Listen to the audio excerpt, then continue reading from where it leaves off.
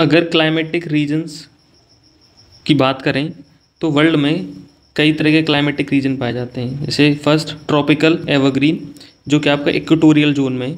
अगर थोड़ा सा आप इससे नॉर्थ में जाते हैं तो आपको ट्रॉपिकल डेसिडुअस, ट्रॉपिकल ग्रासलैंड जहाँ पर रेनफॉल 50 से 150 सेंटीमीटर, सवाना रीजन जिसको कहा जाता है, ट्रॉपिकल डेजर्ट। ये आपका इस तरह से डिस्ट्रीब्यूशन है। This is your east and this is west, एक कॉन्टिनेंट पे। अगर आप थोड़ा सा और नॉर्थ में जाते हैं 30 डिग्री नॉर्थ से थोड़ा और ऊपर, तो आप ईस्ट में देखेंगे टेम्परेट मानसून क्लाइमेट, जिसको चाइना टाइप कहा जाता है। थोड़ा सा और ऊपर जाएंगे तो उसको बोलते हैं लॉरेंशियल या सेंट लॉरेंस टाइप। अगर कॉन्टिनेंट के भीतर देखें एकदम से मिड में, वहाँ होता है टेम्परेट ग्रासलैंड, जहाँ पर रेनफॉल 25 से 65, और इसको टेम्परेट कॉन्टिनेंटल स्टेपीज क्लाइमेट भी कहा जाता है। अगर आप ईस्ट में आते हैं तो इसको बोलते हैं मेडिटेरियन क्लाइमेट। इसके ऊपर टेम्परेट डेसिडुअस टाइप क्लाइमेट होता है, जो कि ब्रिटिश टाइप का है, जो ब्रिटिश, ये इसको कूल टेम्परेट जोन में, जो 40 डिग्री नॉर्थ से और ऊपर। यहाँ पे आपका टैगा कॉनिफेरस फॉरेस्ट। तो एक एक करके डिस्कशन करते हैं। तो शुरुआत करते हैं ट्रॉपिकल एवरग्रीन फॉरेस्ट है। ट्रॉपिकल रेन फॉरेस्ट, इनको ट्रॉपिकल एवरग्रीन फॉरेस्ट भी कहते हैं, या इक्वेटोरियल फॉरेस्ट। ये 0 से 10 डिग्री नॉर्थ से साउथ में, टेम्परेचर 25 से 30 डिग्री सेल्सियस और रेनफॉल 160 से 350 सेंटीमीटर। इनको हॉट वेट इक्वेटोरियल भी कहा जाता है। हॉट इसलिए क्योंकि टेम्परेचर ज़्यादा है, और वेट क्योंकि रेनफॉल ज़्यादा है। इक्वेबल टाइप ऑफ क्लाइमेट भी कहा जाता है, क्योंकि एनुअल रेंज जो है टेम्परेचर की वो बहुत कम है। इसका मतलब है कि टेम्परेचर चेंज ही नहीं हो रहा through out the year, nearly same है। कहाँ कहाँ एरियाज में है? रेन फॉरेस्ट ऑफ अमेजोन लोलैंड्स, जिनको सेल्वा भी कहते हैं, कॉन्गो बेसिन में, parts of Malaysia, Philippines, Indonesia, Singapore, Papua New Guinea. ये रीजन जो है इंटेंस इंसोलेशन में सनलाइट काफ़ी ज़्यादा है, हाई टेम्परेचर इसकी वजह से 25 से 30 डिग्री सेल्सियस, और equal type of climate all around the year, nearly same. That's means के एनुअल रेंज जो है टेम्परेचर की वो नियर बहुत ही कम है, मतलब 3 डिग्री सेल्सियस, मतलब थ्रू आउट द ईयर मान लो 25 से 25 भी रह रहा है, 25 से 28 ऐसे समझ लो। Due to strong convective activity, convection activity क्यों ज़्यादा है? क्योंकि इंटेंस इंसोलेशन है, जिसकी वजह से टोरेंशियल रेनफॉल होती है, रोज होती है आफ्टरनून में, इसलिए इसको कहा जाता है 4 o'clock शावर्स।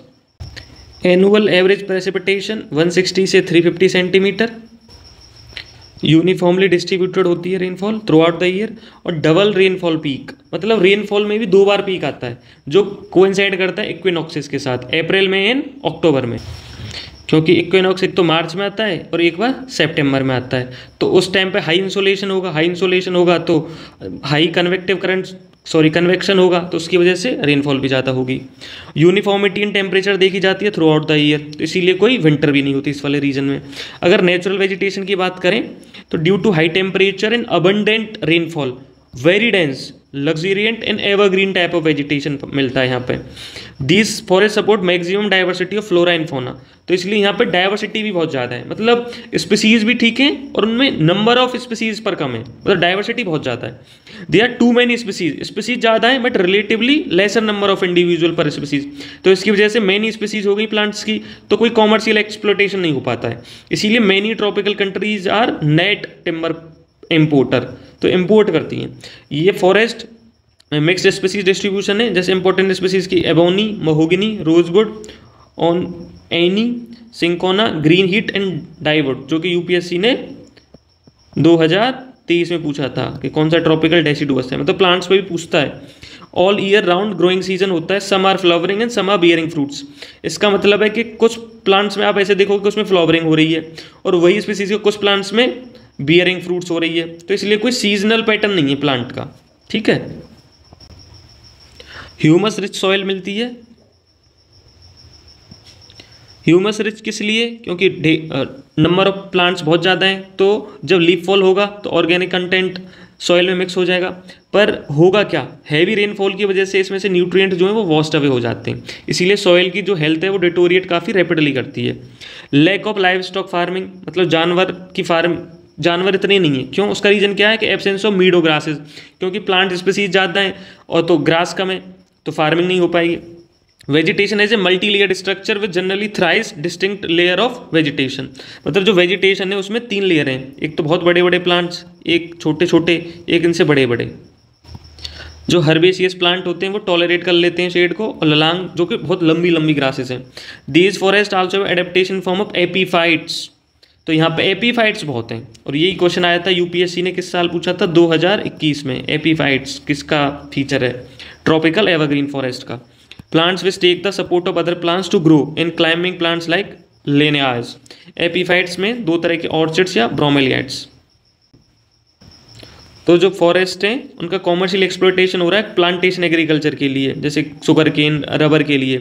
लेकिन और ये फॉरेस्ट जो हेविली डिफॉरेस्ट इसलिए भी हो रहे हैं क्योंकि प्लांटेशन एग्रीकल्चर, पाम ऑयल की प्लांटेशन एग्रीकल्चर के लिए भी। और फॉरेस्ट का डिफॉरेस्टेशन इस वजह से भी हो रहा है क्योंकि शिफ्टिंग कल्टीवेशन फॉलो करी जाती है कुछ ट्राइब्स के द्वारा, जैसे सेमांग ट्राइब मलेशिया में, अमेजोन इंडियंस जो कि साउथ अमेरिका में, पिग्मीज कॉन्गो बेसिन में। अब ये वाला क्वेश्चन अगेन से जो यूपीएससी ने पूछा था कि नेटिव क्रॉप 2021 में, जैसे नेचुरल रबर जो का नेटिव रीजन है वो अमेजोन बेसिन है और ब्राज़ील है यहाँ पे नेचुरली, लेकिन सबसे ज़्यादा प्रोड्यूसिंग मलेशिया और इंडोनेशिया में हो रहा है। जैसे कोकोआ जो ये क्रॉप है इसका नेटिव है सेंट्रल अमेरिका, कॉफ़ी का अफ्रीका, ऑयल पाम ऑयल, यही क्वेश्चन था यूपीएससी वाला, पाम ऑयल का है वेस्ट अफ्रीका। इसीलिए मैं बोलता हूँ कि जो जी शिलोंग की बुक है ना वो बहुत इंपॉर्टेंट है, और ये जो वीडियो है इसकी समरी प्रोवाइड कर रही है। अगर आपको वीडियो से समझ में आ रहा है तो आपको कोई ज़रूरत नहीं है जी शिलोंग पढ़ने की, लेकिन अगर आपको अंडरस्टैंड करने में प्रॉब्लम हो रही है तो आई वुड रिकमेंड कि आप ये बुक ज़रूर पढ़ें, और इसमें से ये जो क्लाइमेटिक रीजन है इसको आप एक बार पढ़ लें और फिर से इस वीडियो को देखेंगे तो आपको चीज़ें समझ में आ जाएंगी। Hope you like this video, please like and subscribe the channel, it will motivate me.